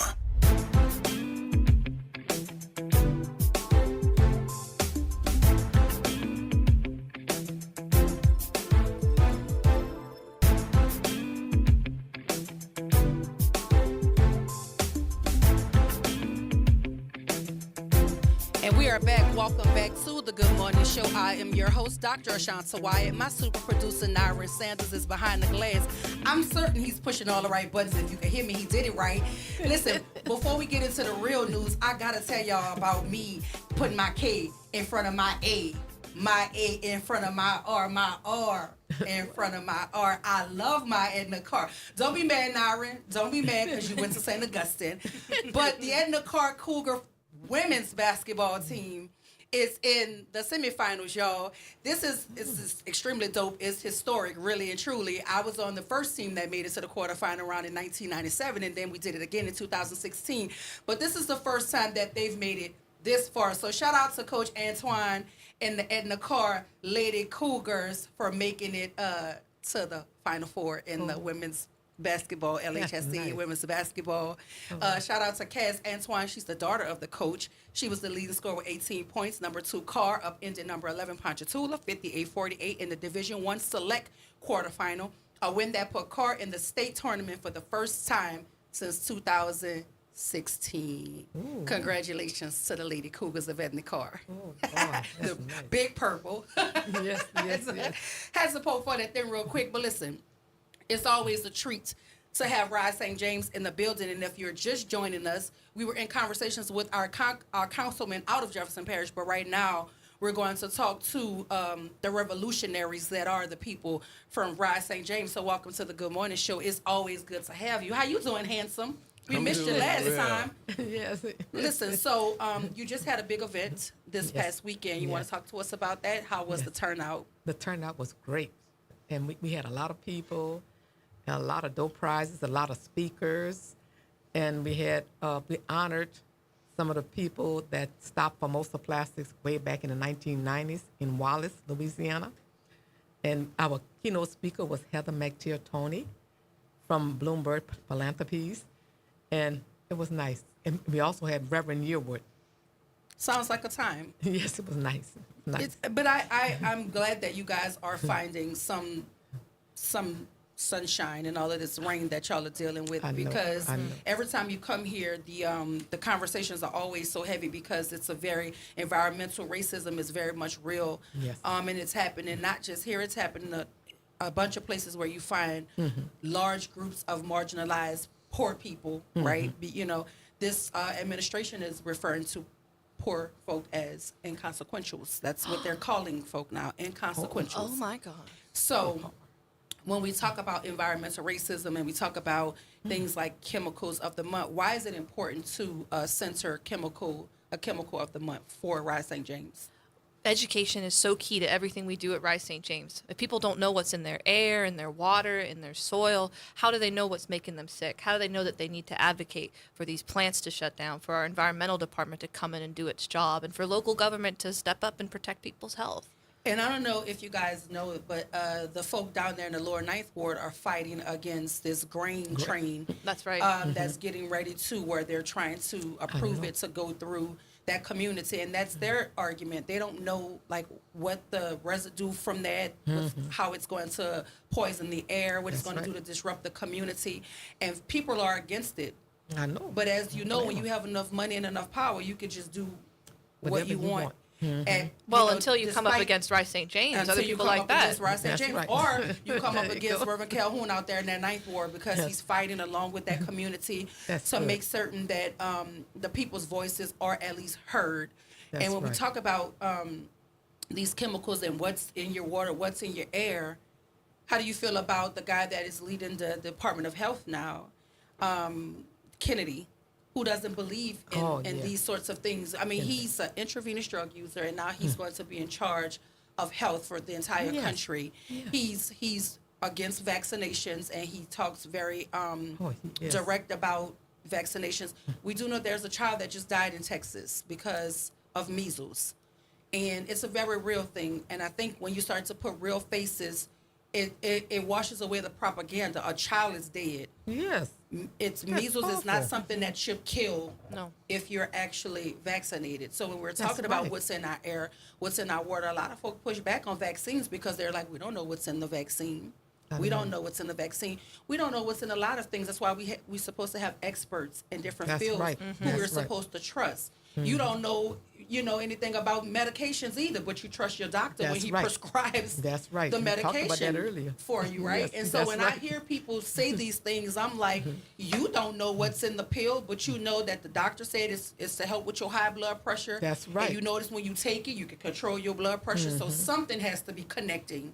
In terms of their expertise and your ability to trust in their expertise. That's right. So how do we get back to a time where people are trusting the experts, and there's no bigger expert than people who are impacted by environmental racism to tell you that something in this air isn't clean. That's right. Something in this water isn't clean. Too many people are getting sick. That's right. You don't need a degree to be able to pay attention to what is happening all around you, right?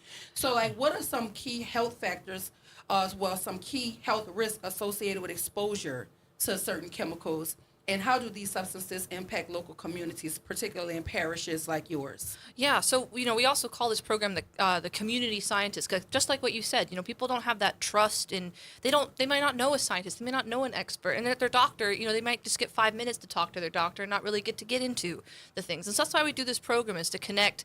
Every piece that we do is reviewed by people with science degrees who review this information and say, yeah, this is accurate. So for our chemicals of the month, this time we're looking at 3 of them as a review.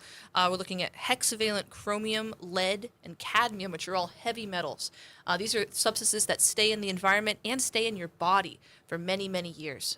Exposure to them, especially at a young age, can mean that they stay in your body for your entire life. So where do we see things like this, like in our pipes, maybe? Some of that, but the biggest one for here in New Orleans with lead was we saw it in paint in the public housing and the projects, that kids who grew up in there have this lead in their bodies that they'll carry for their entire life because they were neglected. It was it was an issue of neglect. It was I don't know what you call it, building racism, housing racism. It was it's a black project, and so they didn't bother changing the paint or testing the children's blood. They allowed these health effects to continue on for decades. I have to get you involved in this conversation. So for those folk who are listening, who are not familiar with Rise St. James and the work of Rise St. James, can you inform our listening audience? There may be people listening for the very first time. Who is Rise St. James? Well, actually, that's Rise St. James. Miss Sharon Levine and Miss Kate Long. Yeah. But you absolutely fit into this picture. Yes, how did you get involved with working with Rise St. James? Well, we're neighboring parishes. Yes. Yeah. And my organization, Concerned Citizens of St. John, we're working together, inseparable in our fight, in our struggle against this onslaught that we're Maybe that's why I thought you was Rise St. James too, huh? Because y'all are inseparable. Every time I see her, I see you, except for that last time. That's how I noticed your absence. I was like, you weren't here. Well, but what are some of the things that are happening in St. John that mirror what is happening in St. James? Our lack of awareness. You spoke to a very important issue. We don't know what's in our environment. It's so very important that the people know. I was fortunate to come into the company of the former administrator of EPA, Mr. Mike Regan. He did a tour of the area of Cancer Alley. And when he came to visit St. John Baptist Parish, I shared with him the thoughts that we're doing now. I said, we have a serious problem here because we don't know what's in our air, and they don't tell us the truth. The industry is not going to tell us what's there, so we need to know. He agreed, and when he went back to D.C., he allocated funds for fence line community. He allocated, initially, because he agreed with me when I said the people need to be in charge of monitoring their air. They need to know what the industry is putting in our air. He agreed, and he allocated $500,000 to go directly to the community, the fence line community, so that they could begin to develop the ability to monitor their air as well as their health. Not one fence line community received that money that they sent down here. And I would like to know right now, where is that funding, and why don't the people in the fence line community have it? And why aren't we studying now and training our local people to monitor our air so that we can get a grip on our health? I often wonder how, if money is allocated, it never makes it to the person that it's supposed to go to. That's right. To the folks most impacted by the issue that the money is allocated for. That's right. And then I often wonder, why is it so hard to trace the money? That's right. It's money. It's That's right. So it came from somewhere. It had to have stopped somewhere if it didn't get to you. That's right. In St. John, right? So why is it so hard? Like, whose responsibility is it to be a steward of this money once it's allocated? Like, who are we supposed to go to and ask, where is the money? Because just like you in St. John, just like you in St. James, we right here in New Orleans asking where is the money? That's right. Right, where is the money? We have to go to break because we have to pay a couple bills. Mr. Nice, don't go anywhere. When we come back, we're going to get Mr. Nice on the line. Okay. And we're going to talk to the folks of Rise St. James and the concerned citizens of St. John. And what I want you to all pay attention to is that all of us are fighting the same issues, but we're fighting them separately. So the goal here is to be a collective. Stay with us right here, WBOK 1230 a.m. What New Orleans is talking about all day long.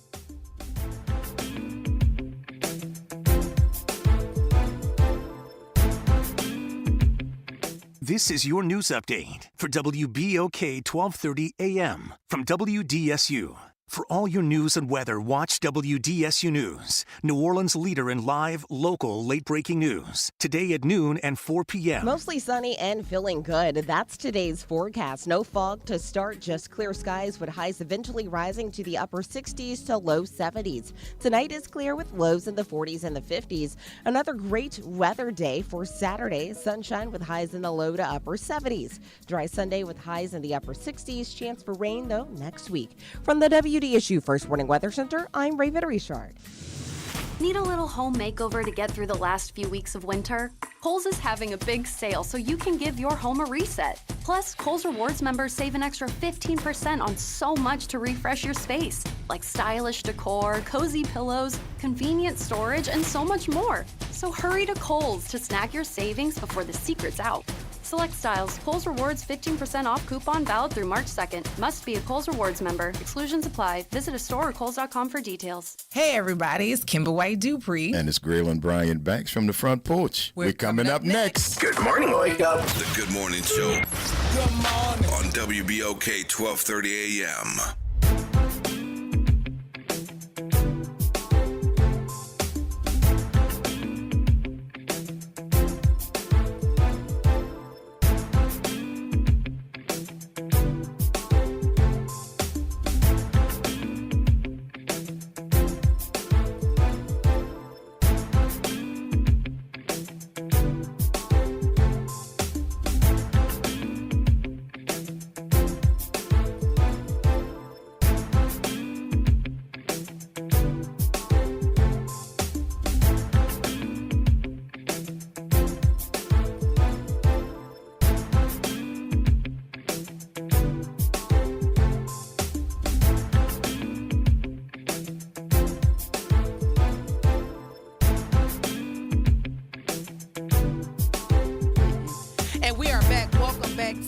Good Morning Show. I am your host, Dr. Ashanta White. My super producer, Nyron Sanders, is behind the glass pushing all the right buttons.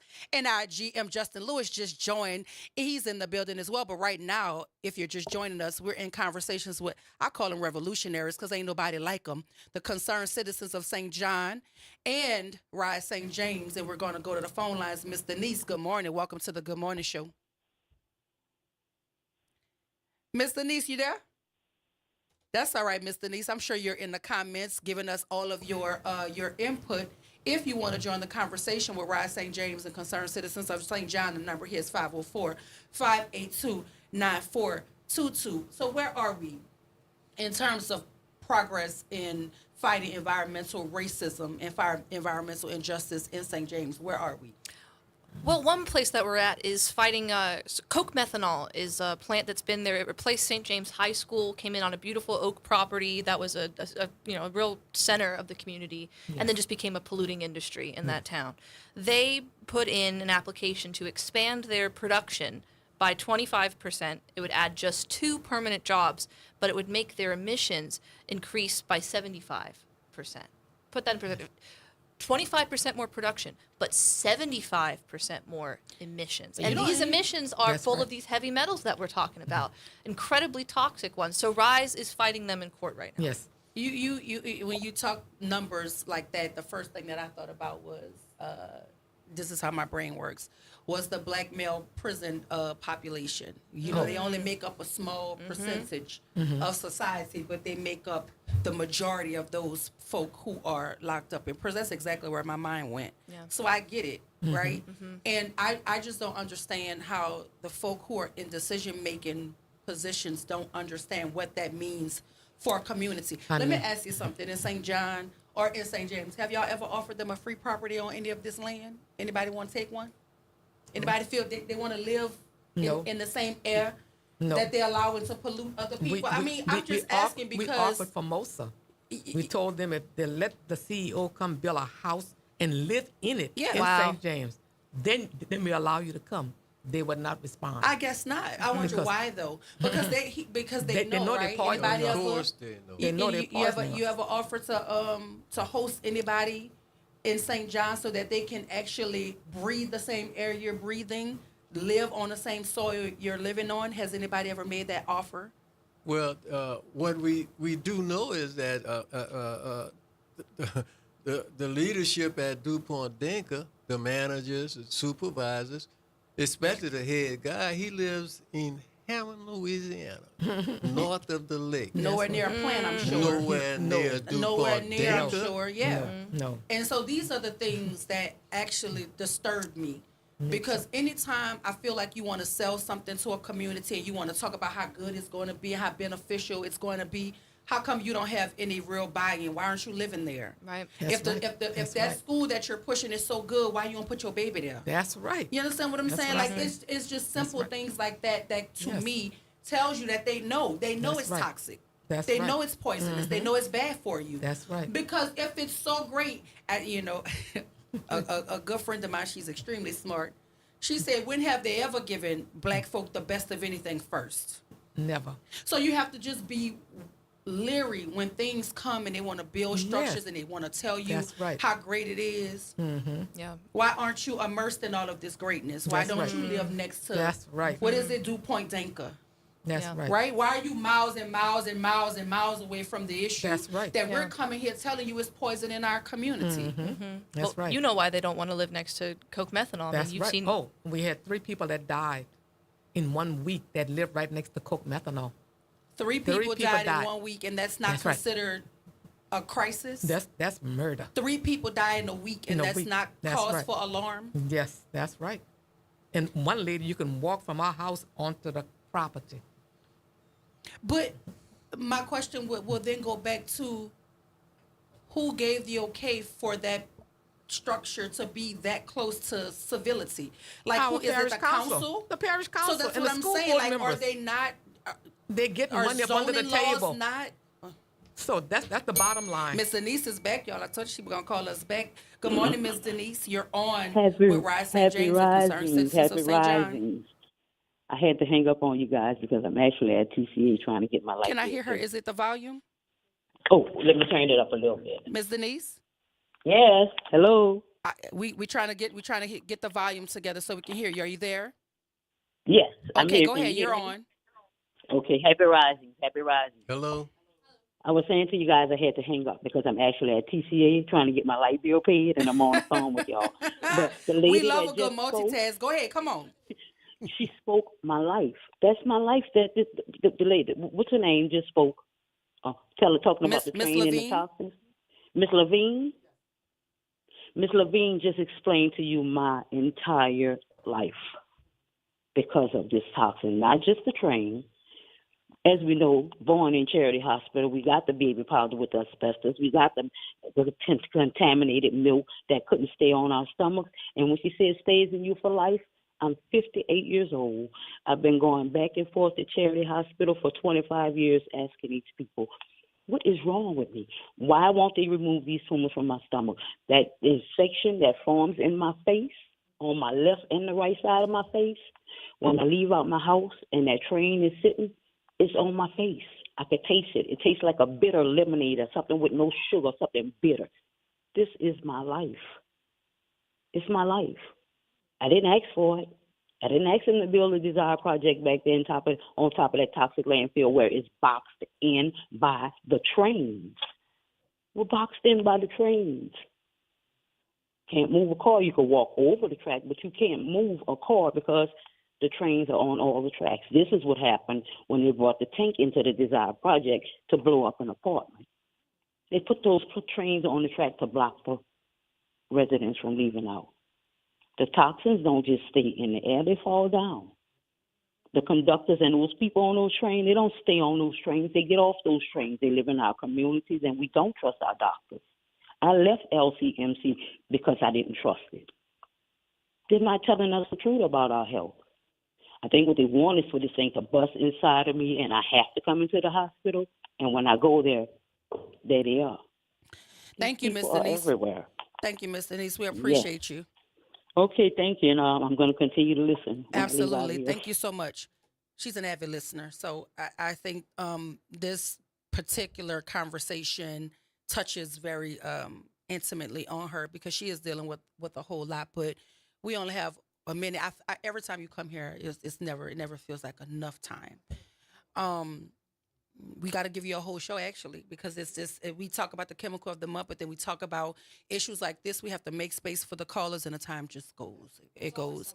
It's always so much going on. So in the few moments we have left, we're gonna let each of you give like some parting thoughts, starting with you here.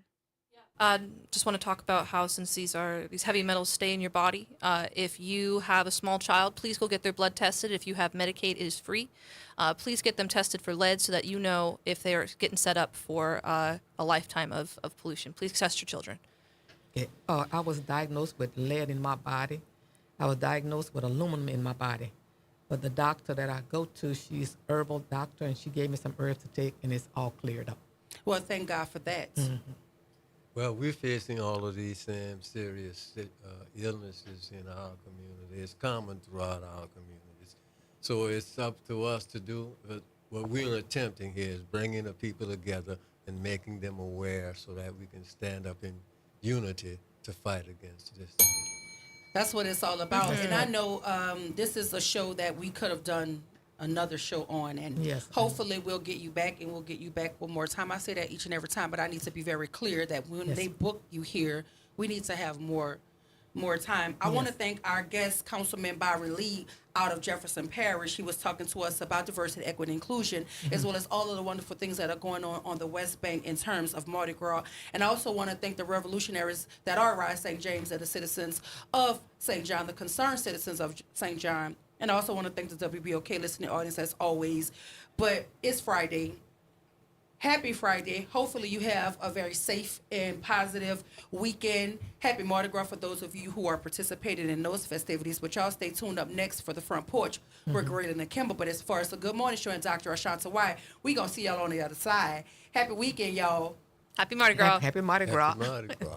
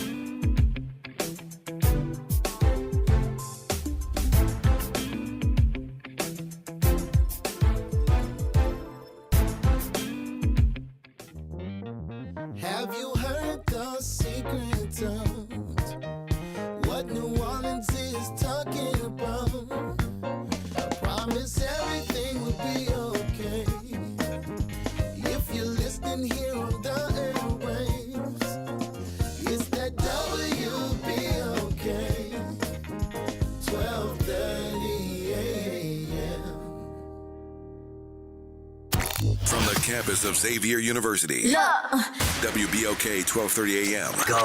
An Equity Media Station. This news report is brought to you by New Schools for New Orleans. I'm Bree Wood with 4 things you should know with BIN News. Activists are planning a 24-hour economic blackout today to protest corporate greed and the rollback of diversity programs. Organizer John Schwartz says people feel the system is rigged. Participants will only spend on essentials like medicine. Maryland Representative Kweisi Mfume and Senators Chris Van Hollen and Angela Ossobrooks introduced a bill to establish Public School 103 in West Baltimore as the Justice Thurgood Marshall National Historic Site. The school, built in 1877, was Marshall's elementary school. Pope Francis remains in a Roman hospital where he's been for 2 weeks. Initially admitted with bronchitis, he was later diagnosed with double pneumonia and mild kidney failure. The Vatican reports he had another peaceful night and is showing improvement. And Drake is postponing his Australia and New Zealand tour dates due to a scheduling conflict. Tickets remain valid. From the